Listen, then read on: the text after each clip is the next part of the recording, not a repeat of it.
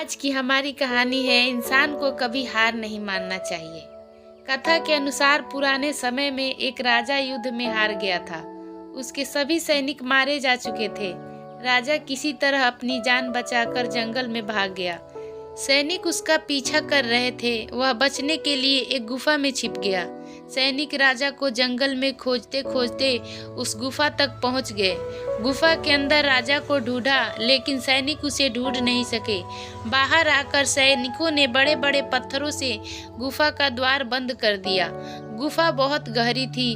अंदर की ओर राजा छिपा हुआ था। वह काफी थक चुका था। भूख प्यास की वजह से बेहाल हो रहा था। उसके शरीर में ताकत भी नहीं बची थी।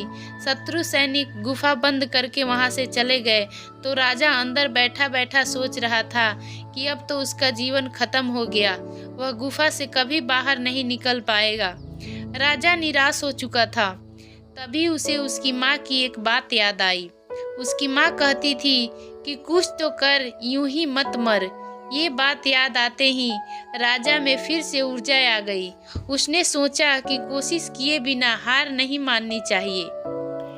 राजा गुफा के द्वार से पत्थरों को हटाने का काम शुरू कर दिया। कड़ी मेहनत के बाद राजा ने बड़े बड़े पत्थर खिसका दिए।